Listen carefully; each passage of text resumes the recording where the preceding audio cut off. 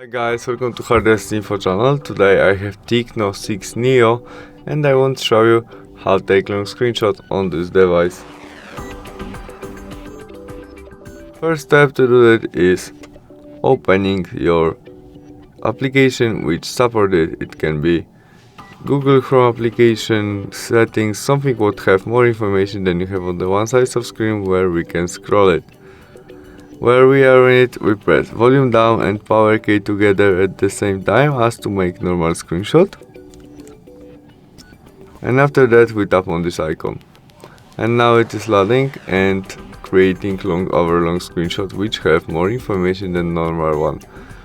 But we have a limit and when we get the limit we press done.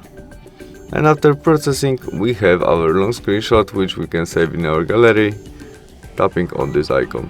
And that's all. Thanks for watching. Bye.